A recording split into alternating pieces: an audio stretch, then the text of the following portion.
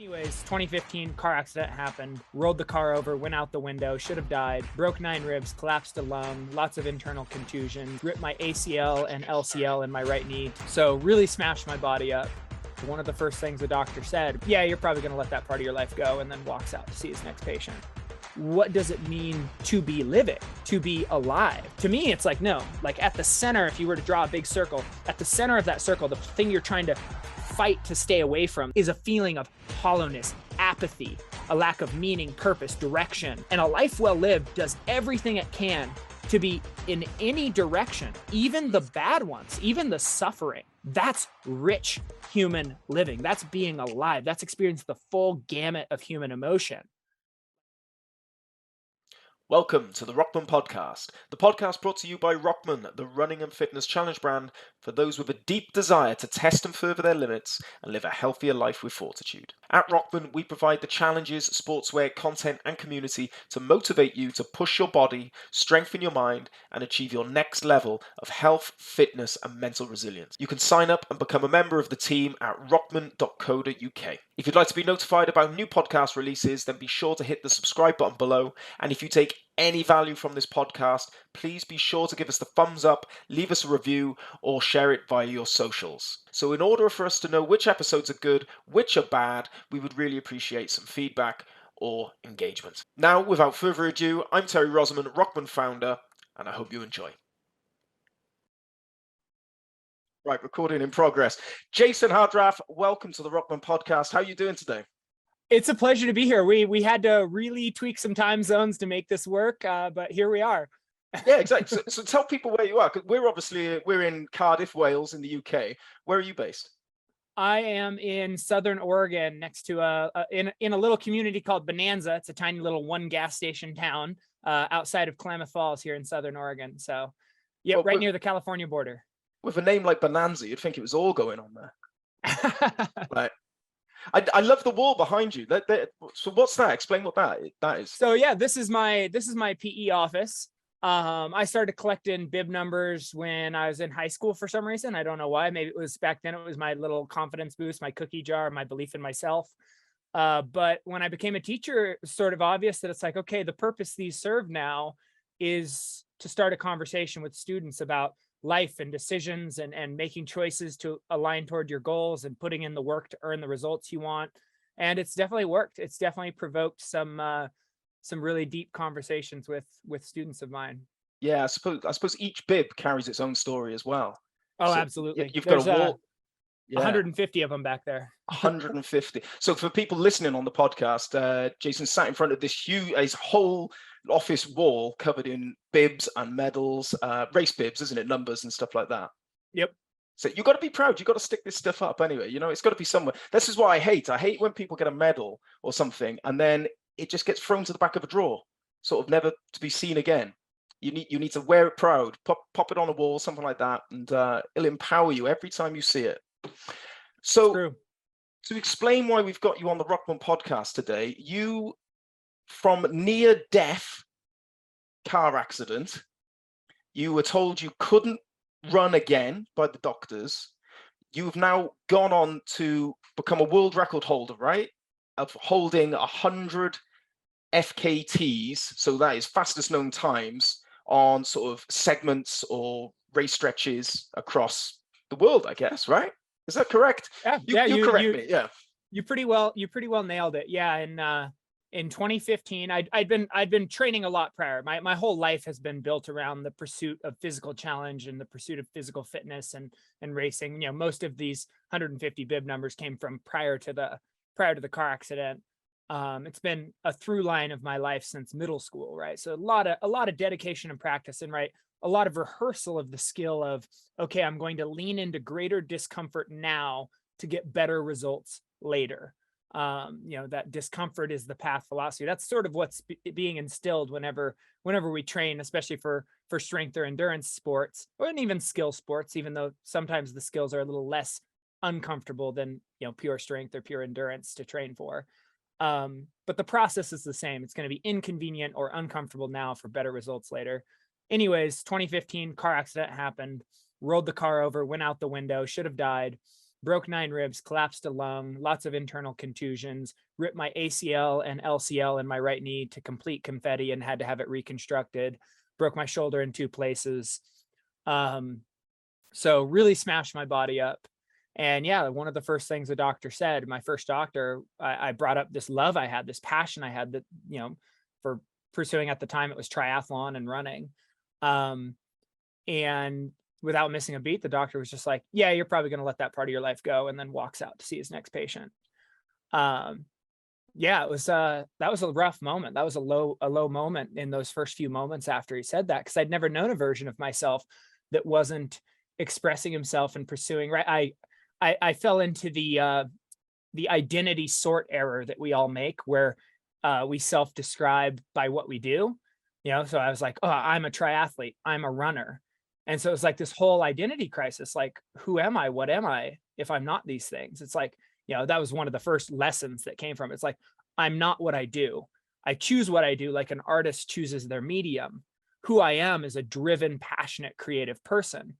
And I think, the reason that clarity and distinction is important to realize is when you have these crises come in your life, which they're going to come, tragedy is going to come. You're able to go, okay, so like if I lost my legs in a car accident, sure, there would be shock. Sure, there would be like, whoa, that's heavy. But I would reach for a device and I would order myself a racing wheelchair, because I would know that's what the psyche, the wiring inside of me, the real who I am, is going to want long-term, is that next way to pursue excellence, that next way to pursue growth, to pursue challenge. So that was a huge lesson that came out of it. And as I sat there in the room with the doctor after that kind of lull, that low,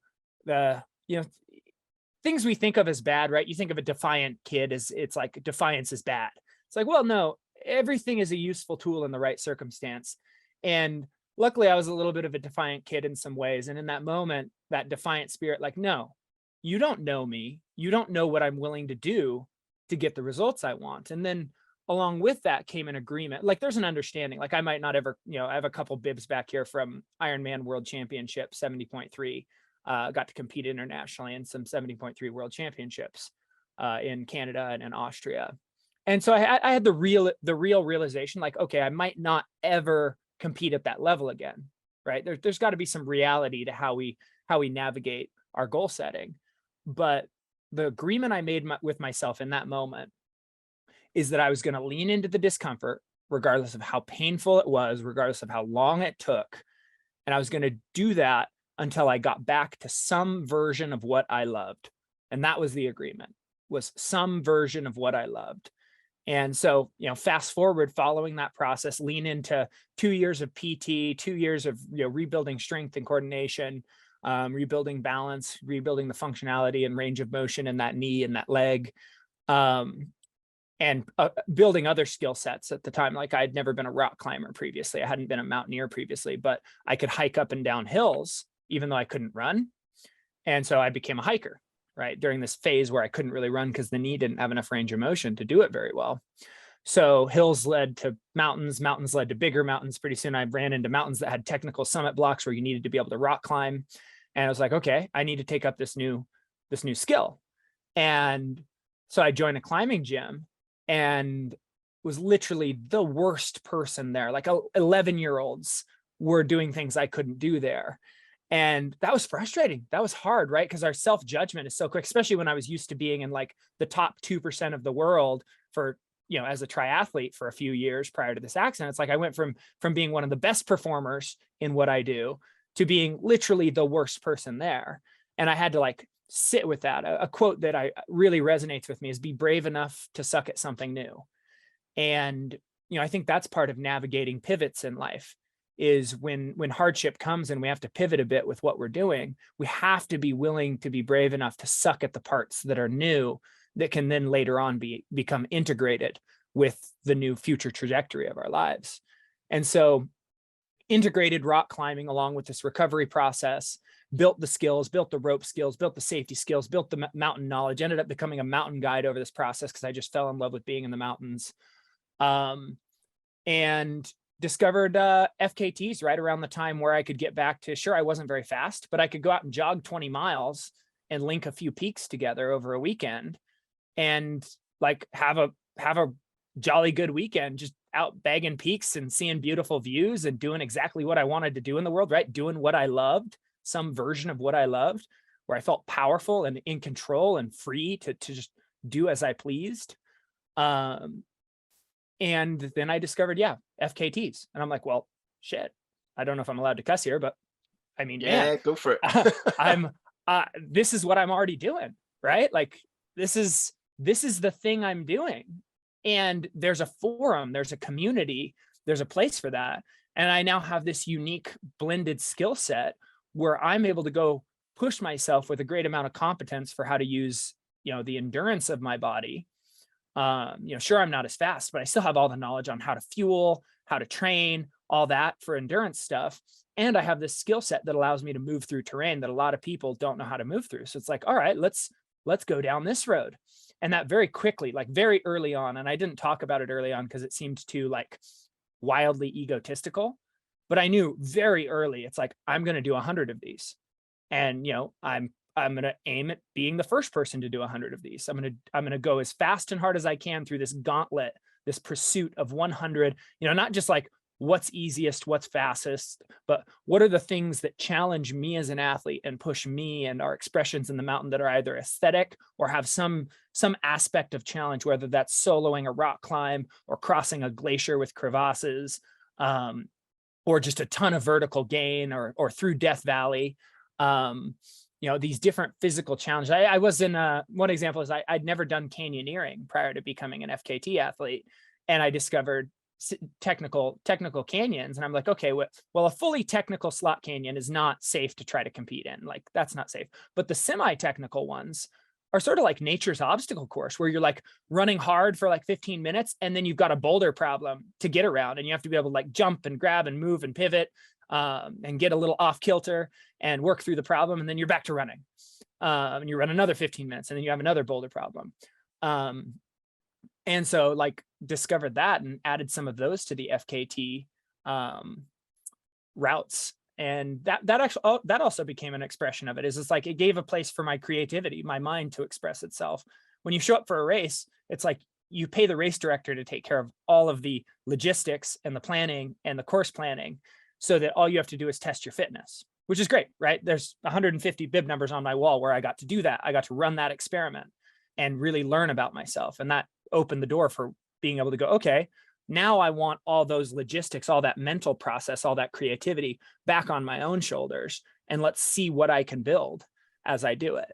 So it became a really full-on expression of my own personality and my own desires and my passions, what lights me up. So yeah, there's I guess that's about as quick as I can sum that up. No, that's great. I'm wondering, so when you're laying in that hospital bed, did you ever have a picture of like, did you have the big vision of what you were aiming for? Or was it literally step by step? I mean, you sort of explained how you built up the steps, but was it always you're just focusing on the next run? Right now, I just want to be able to walk first, and that was your focus. Did you ever envisage that you would eventually be doing something as big as this? I mean, I'm a subscriber to blurry targets and bright lines, in that our vision at first of anything we might go do is very, very blurry. You certainly can't see the bullseye. You might not even be able to, you might only barely be able to see there's even a target out there. It might be just a general life direction that you're like, I want more of this. And I'm not even certain what this fully is. So you have blurry targets, but then you set bright lines, right? Like the difference between driving on a road in a snowstorm or a rainstorm that has no bright lines on the sides where you're just scared the whole time you're going to drive off the road, or a freshly painted road where you're like, nope, I know exactly where I am, even though I can't see very far ahead. And those bright lines are the rules we set for ourselves, the process we follow in the moment. And so I set really bright lines on what my practices would be, that every day I was going to lean into, even if the PT made what already hurt worse, right? It's not like you wake up and you're not in pain after throwing yourself out of a car window, already at a base level of pain. And for a lot of the PT process, especially early on, everything you do just makes everything hurt worse. And it's like, no, I'm going to be willing to do that. every single day to see the tiniest bit of progress. So not even get back to walking. It was like, ooh, that's as much as I've ever made my knee bend, right? Like that degree of small, the things you just take for granted. One of the things I had to do mentally that I still do to this day whenever something comes up, like a PR from like my marathon PR, that's from before the car accident, I refer to it as my former life, in my former life. And that was a very intentional thing I had to do in the moment, to not live in my own shadow. I had to give myself permission not to live in my own shadow. And so very quickly I was like, okay, that was my former life. That guy lived a good life. Like he really crushed it, but he's gone now. Like this guy needs to build himself, and gave myself permission to start over from ground zero. And that's really important, because if you're always measuring yourself by the gap left to get to some place you dream of being or some place you once were, like every time that process happens, that mental cycle happens, it's demotivating, because you just see how far you have left. And sometimes it can seem hopeless, like, well, I'll never get back to running like that again, or moving like that again, or feeling like that again. But when you can let all that go, and you just go, because like the process is all we ever had in the beginning, right? When we start playing as little kids, somebody hands us a basketball and we just start shooting at the hoop. We'll miss 1,000 times with no self-judgment when we're young. And then we'll miss 1,000 more, and we'll miss 1,000 more. And then we make our first one and we celebrate. And that's the secret of the process, is to be willing to put in thousands of reps and celebrate every small win. And that's the process I sank into, is like, okay, I'm going to notice okay, that's as far as I've bent my knee. Hey, I walked today, and my knee didn't turn into a grapefruit. I went back to work today, and by the end of the day, it's like, oh yeah, my knee's swollen, but it's a lot less swollen. Like noticing all those little things and celebrating every little bit of the process along the way. And so, yeah, did I know I was going to break a record for climbing the 100 tallest mountains in Washington? No, I had no clue. There's no way I could have known that. But it's something I talk with my students about. I say, we're preparing for opportunities we can't see yet. That's how life is. And if you put the time in and you put the work in, and you learn to be a student of your sport, and have a vision for the space you're operating within, the realm you're trying to conquer, then you're going to be ready when the opportunity comes, and you're going to be able to see it when it's right in front of you. Yeah. And that's what happened, is I put the time in, and 2018 rolled around, and end of 2018 I discovered FKTs, and I was in this right place where my body was just back enough that I could really lean in and go do some stuff in the mountains. And so a whole new world. And even when I first started FKTs, is like, did I know I would become known for conquering just like a unimaginable FKT of 100 mountain summits in one push? Like, no, even then that would have been unthinkable when I was starting down the road, because it was just like I was doing like 2 or 3 mountain summits in a push. So it was like that. I forged myself through the process. Do you think you would have achieved anything on that level if you hadn't had that near-death experience? No, I mean, I think I probably would have stayed racing, stayed, I tend to be a bit obsessive. I'll admit that. I mean, I think it's a superpower in some regards. I have hyper-focus ADHD, so I'm very distracted with things that don't grab me, and I can just sit and hours can just tick away, and I can forget to eat when it's something I'm locked in on. So I think I would have probably just stayed focused in on more traditional racing settings. And I probably would have done, like, I probably would have gone and found the hardest ultras in the world to go do, and the hardest triathlons in the world to go. Like, I naturally seek out the next big thing. And so the progression would have been, I would have ended up doing, whatever today's hardest, I forget what the name of the one is now, but there've been a few over the years that are like considered the world's hardest triathlon. I probably would have landed in those types of events, which would have been cool, and it would have been, an achievement, and it would have been a challenge.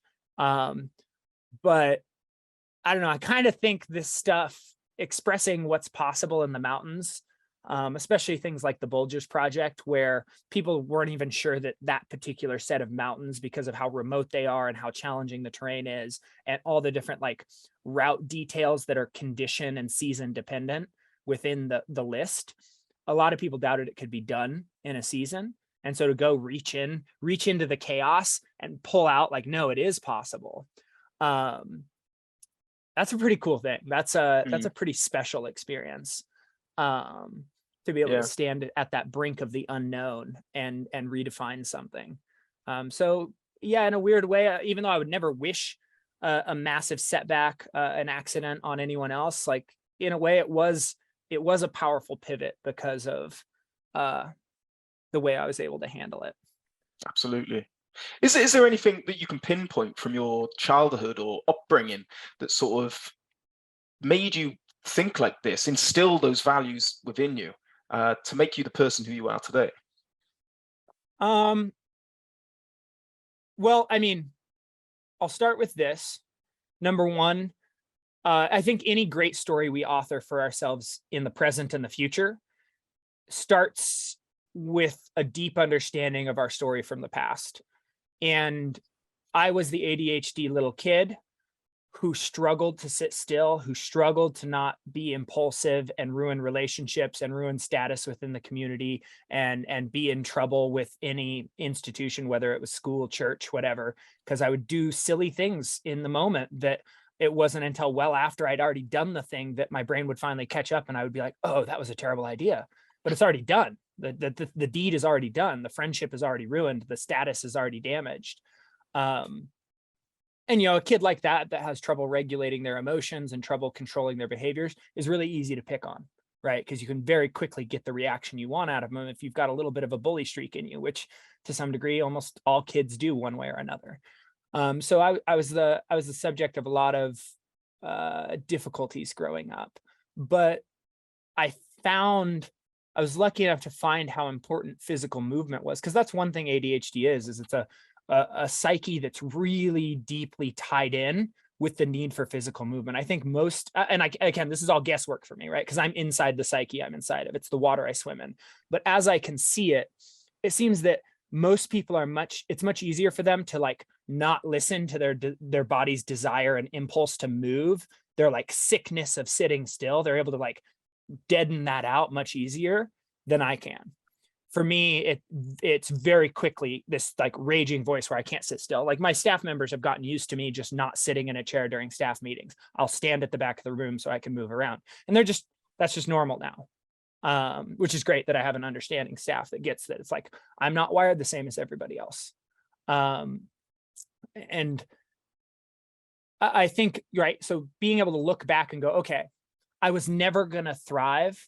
The achievements I'm going to have in life were never going to be built around sitting still and shutting up. They're going to be built around going big, moving, and trying to tell others and inspire others through it. Like that's what I'm wired to do. And so it's only by looking into my past that I can look like, okay, this is something that would make 8-year-old Jason proud. Like, look at what 33-year-old Jason has become, right? Which I think is, one of the great advices of the world is, right, live in a way that would make 8-year-old you proud of who you became and 80-year-old you pleased with how you spent the time. And so, yeah, I think that's a huge part. Number two, I don't think it's all just disposition. I think some of it is nurture. And I was lucky enough to get into skating at a young age. And skating, when you really dedicate yourself to it, the opponent you're competing against is gravity and cement. Those are your opponents. And they are not very forgiving teachers. And so you have to be willing to take your falls and hurt to earn your tricks, to earn your successes, right? Which is one of the most powerful lessons in life. And Jordan Peterson, a really great thinker of our time, he talks about this. Like one of his rules in his 12 Rules for Life book is don't disrupt kids when skateboarding. And the premise of the rule is don't interrupt kids when they're doing dangerous things carefully. And that's where all the best learning is, right? That's where all the best living is. Every great experience from real humanity, like in the athletic world or the adventure world, the expedition world, it's when human beings are doing very dangerous things with a great level of skill and very carefully that it's an amazingly compelling story, both for them and for us to watch. Like that's the best lived life. And so why would we want to interrupt kids when they're practicing the kid version of what turns into the most important thing as adults? And so I think that opportunity to sort of forge this willingness to like earn that growth, earn that success, and then also secondarily like earn that status and that identity, like, oh whoa, this person's really good at skating. Um and I think that helped forge me into the person. And then of course obviously like running as a kid and discovering that and setting goals within that um helped establish like the mindset and the thinking and like the memories to call upon to go, yeah, okay, if I'm willing to put the time in, I can achieve difficult goals. And yeah, it's going to hurt, but I'm capable of putting up with that hurt. Um, and it's worth it. And I think all of those things looped together help make me into the person that I am and the person that is capable of lifting what I lift in this world. Yeah. But why did you do it then? Because it gets, is it a matter of you're proving something to yourself, or is it more that you're proving something to others about yourself? Because I know you said you touched on there was a bit of bullying in school, or the doctor saying you can't run and you don't know me. That was your quote. How much of it is you proving them wrong, or versus you proving something to yourself? Um, it's definitely, man, it's definitely both. It's definitely both. I think especially now, more mature me, it's much more me with me. I think earlier on, especially in like teenhood, early high school, when running was kind of like my identity. Like I was the kid who trained year round. I was the crazy one who would run when it was snowing. I was the one, like, you know, that was a status, and like that I went to state competitions and stuff like that. So there was very much an identity and a place in the world, right? A significance, a way that, oh, I matter. I have a role. I'm important. All of that was very much wired in early on. And then also, I had a hard time with my dad. The film kind of covers this journey to 100. It kind of covers this. That my dad had a hard time because he grew up in an abused home, and one of the things that happens, we all know now, that's cyclical, because a person who's treated that way as a kid, the easiest thing to call upon in the most frustrating moments of life is that physical violence.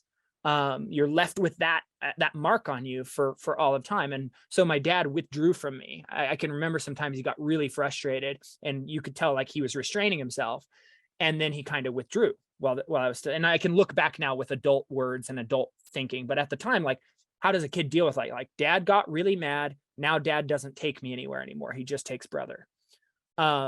So that was really difficult. And kids who don't get acknowledgement from their fathers do tend to seek it in a hyper overcompensation from elsewhere in the world. And I think to some degree that wired me to be willing to like endure whatever it took to achieve something that mattered, something that had relevance.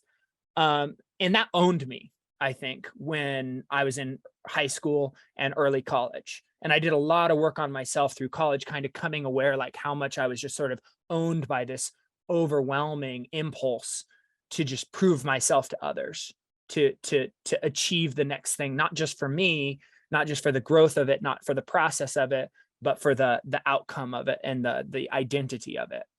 And I didn't want to be owned by that anymore.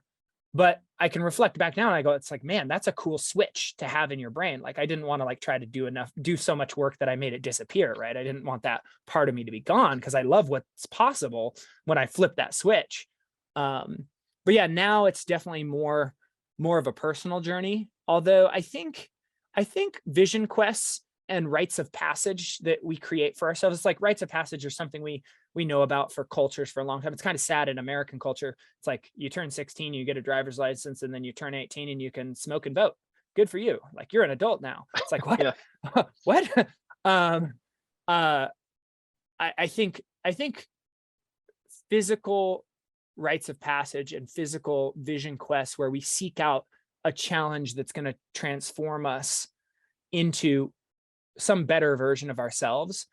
I I think that was what I was doing prior to the car accident, but then it got kickstarted over again after the car accident, where it's like, I want to reclaim my personal power.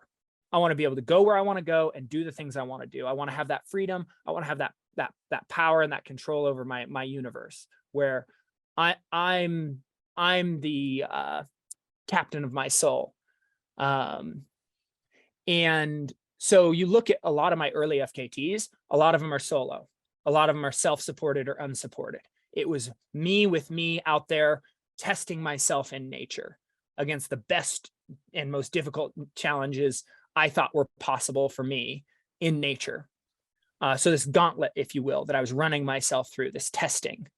And then, especially since the Bulgers, you look at my list now, almost all of them have been shared with other people. They've been a process of taking what I've learned and passing it on to others and creating beyond ordinary moments of existence for others that transform their concept of self about what's possible for them.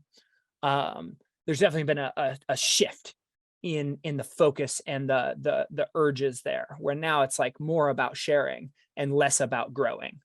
And I think I'll pivot, and I think it's healthy to like pivot between them, because I think sometimes we have to grow ourselves more to be able to have that next thing to hand on to others, which that's how I'm wired, right? It's like I'm not a teacher because it's a job that I took, a role that I took. I'm a teacher because I'm wired that way. It's, again, looking into my past, I was the little kid in class that when someone was scared of catching a football, I would take the time, instead of just pointing and laughing at them like other kids would, I would take the time to do soft underhand tosses back and forth. Okay, let's back up a little, soft underhand tosses. Okay, we're going to try to do it this way first. Don't be scared. So even as a little kid, I was the person that like wanted to carry someone from a state of disbelief or lack of skill to a state of belief and skill. And so it's like, oh, this is how I'm wired. This is who I'm meant to be, regardless of what I'm doing, regardless of what title people call me by. I'm meant to carry someone from a place of unbelief and lack of skill to a place of greater belief and greater skill.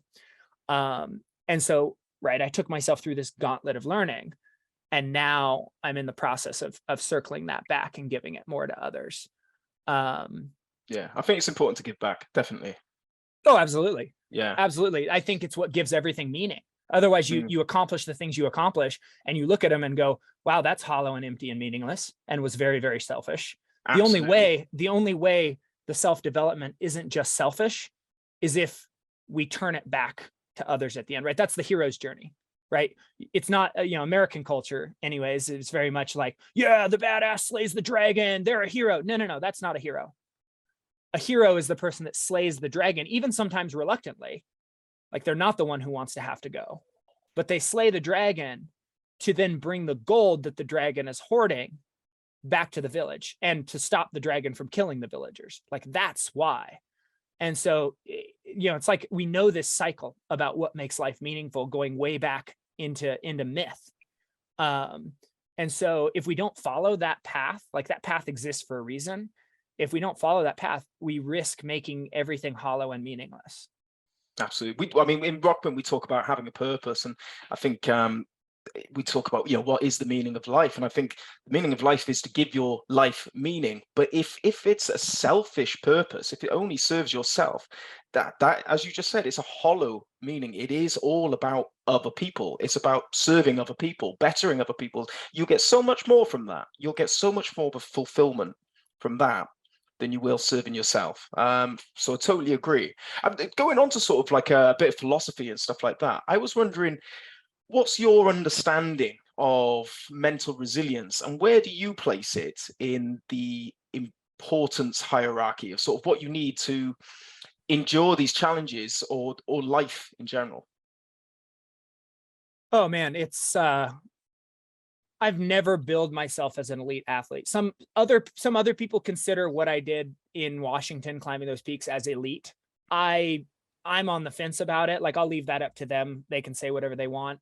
But I've never billed myself as an elite athlete in any way. Like, I was never like some kind of standout all-star performer. I barely held on to a varsity spot my whole college career of running. Like, I had to work my butt. I was the one who was willing to work. And that's all I've ever been. Be willing to suffer, willing to work. And I think, as I've talked before, like being willing to lean into discomfort long ago, even in high school, I made an agreement with myself that it was never going to be discomfort that made me stop chasing my dreams and stop chasing my goals. Like no matter how much it hurt, if I could see progress toward my goal, I was going to keep going. So that mental resilience and that agreement with yourself for the standards you're going to hold yourself to, those bright lines, those rules you're going to set for yourself, I think that's super important. I think also how we put ourselves together, right? And usually put yourself together is kind of a derogatory put down, like, put yourself together when somebody's crying or something. But I think there's a reason we use that term, right? Because we understand we are a creature of components that don't always line up well, that are sometimes at odds with each other. Our drive to find a mate can sometimes ruin our drive for self-expression and to achieve something great that's useful to others. Like things are at odds. They're not always lined up. And so to put oneself together, I think is a much harder thing to do than we give people credit for, to put themselves together in a way that they're doing anything meaningful and that's of any level of good for others, instead of an apathetic nothing that's a waste on others, that's a downward pull on others. I think that needs to be celebrated way more than it is, because I think it's a really difficult thing to take all the components that make us human and to arrange them in such a way, to glue them all together, right? Another phrase we use is, oh man, I came unglued. To glue them together in such a way that it creates momentum toward meaningful somethings. And I think there's so many different components of that. One of them that comes to mind is people often ask the question of those of us who do big, difficult, challenging projects that, you're in terrain that could kill you and you're pushing for multiple days into sleep deprivation and fatigue. They want to go, oh, what do you do in your low points? And to me, having suffered with depression, kind of manic up and down depression in college a bit, sort of a histrionic up and down. That experience for me, it was like my existence was hollowed out. It was like I was hollowed out, where my favorite foods seemed flavorless. My favorite activities seemed pointless and without any fun or meaning. To pursue continuing my waking up and going to class and to better my future just seemed so far away and so overwhelmingly hard, and that did it really matter anyways? Just this loss of all color, this hollowing out of all meaning. And that experience sits as an anchor point for how I build my framework of what does it mean to be living, to be alive. And so what I realize is, a lot of people think like, oh yeah, having, being, suffering and being sad and being in doubt, like those are bad things. To me, it's like, no, like at the center, if you were to draw a big circle, at the center of that circle, the thing you're trying to fight to stay away from, this gravity well, this black hole at the center, is a feeling of hollowness, apathy, a lack of meaning, purpose, direction, colorlessness. Like that sits at the center, and a life well lived does everything it can to be in any direction, even the bad ones, even the suffering, the fullest suffering you've ever felt, the saddest sadness you've ever felt. Like that's rich human living. That's being alive. That's experiencing the full gamut of human emotion.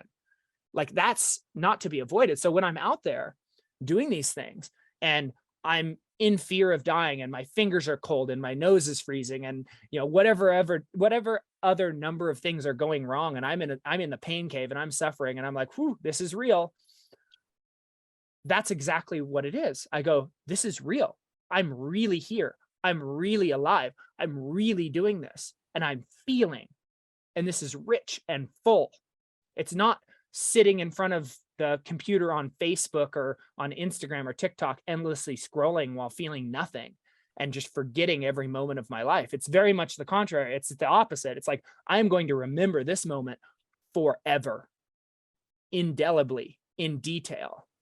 And to me, that's like part of being fully alive. And that flips the whole script, right? It's not like I'm running from half of my human existence. It's not like I want to forget half of my human existence. Not like when things get hard, I go, man, I can't wait till I have a beer and a burger.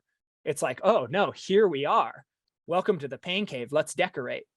And I think those little things, those little pivots and flips of how we perceive the hard moments in life, what we center as to what's to be avoided and what's to be pursued, like that makes a massive difference in what we're able to ask of ourselves, the agreements we're able to make with ourselves, and how we're able to handle the moments that do get hard in life.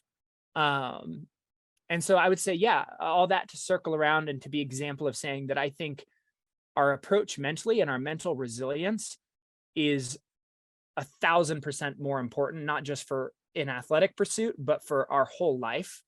Because it's like I could have come out of this car accident and I could be a negative, bitter person who felt his life and his love and his passion was stolen from him.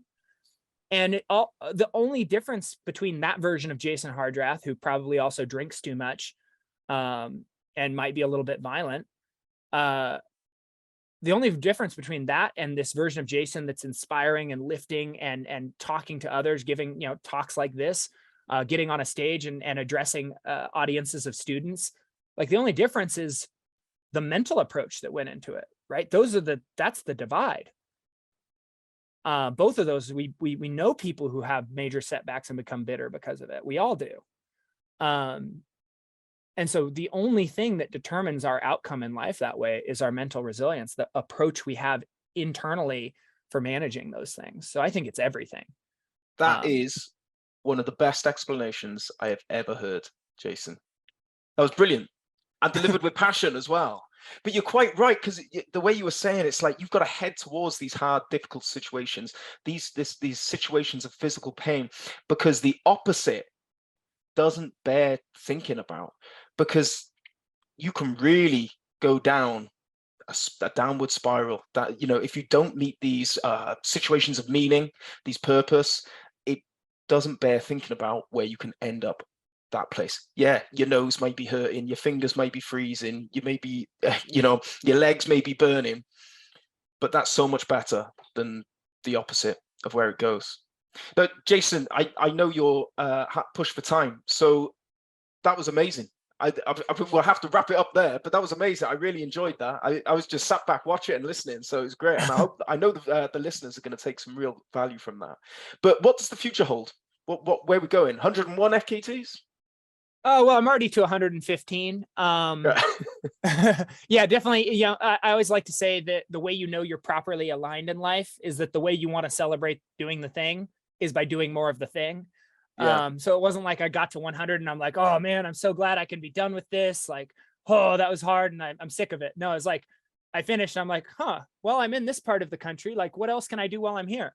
And I definitely plan to keep pursuing FKTs. I don't think I'll pursue them at the rate that I did before.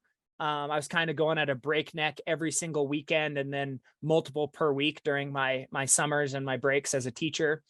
And now it's kind of like I'm focusing in on some bigger, like difficult ones that have been on my radar that I need to like train and rehearse because they're intricate enough that you have to sort of know what you're getting into to not, land yourself in the hospital or worse. So I've got some more things. This summer, I took down one called Norman's 13, which is a technical traverse plus run across the Sierra in California. I want to do a big, really big one this next school summer called the Rockies Mountain Grand Slam, which is the tallest peaks of Montana, Wyoming, and Colorado. So it's the Montana 12er list, the Wyoming 13er list, referring to 12,000 foot, 13,000 foot, and then the Colorado 14,000 foot list, all in a push. And it's known as the Rockies Mountain Grand Slam here in the States. It's 120 peaks. And I want to take a crack at the record on that. So when you say like 12,000 feet elevation, is that elevation gain or is that like the height, the height of the peak? That's the height of the peak. Jesus. I mean, like in Britain, I think our highest mountain is 3,500 feet, something around that. Like that's it's Yeah. like the, 3-4 the times air's the a little size. thinner. Yeah, I bet it is, and a little bit nippier. Yeah, I bet it is. But if people want to follow you and on your progress, where can they find you? Where can are you on Instagram or anything like that? Facebook? Awesome. Yeah, I'm just Jason Hardrath, no periods, no underscores. Jason Hardrath on Instagram. That's probably the easiest place to follow me and interact with my stuff. I also respond to my messages there if anybody's like looking for coaching or advice or wants to take down your first FKT. Like I said, I love to teach. I love to help. So you can reach out to me there. I'm also on Facebook as well. Not on there as often. A lot of the stuff is just sort of cross-posted from Instagram. But I can be reached there as well. And then I have a website, jasonhardrath.com, that if you're, an old school emailer, if that's what you're into, like you can email me through the contact form. And then of course, Journey to 100, the film that kind of covers a lot of what we talked about and a lot of the philosophy and kind of plays out my childhood. It's on YouTube. You can find Journey to 100. I'll make sure you have a link for the show description. You can find it on YouTube or on Outside Watch. It lives there as well. So I'll put all these links in the show notes below so people can click directly on them as well. Awesome. This has been a pleasure. Yeah, no, I've loved it. Honestly, I've never felt so inspired. Like you were really good at sort of articulating the philosophies and the messages that ROKMAN embodies. So I'm really happy to have you on, and I know the listeners will be really pleased to listen to it as well. So thank you. Hopefully we'll have an excuse to talk again. This was a pleasure. No, absolutely. If we can align times again, we'll get you on again. So after, get a couple more FKTs under your belt, and then we'll get you back on. It's been a pleasure, Terry. You have a great one. Awesome. And you. Cheers, Jason. At ROKMAN, we provide the challenges, sportswear, content, and community to motivate you to push your body, strengthen your mind, and achieve your next level of health, fitness, and mental resilience. You can sign up and become a member of the team at rokman.co.uk.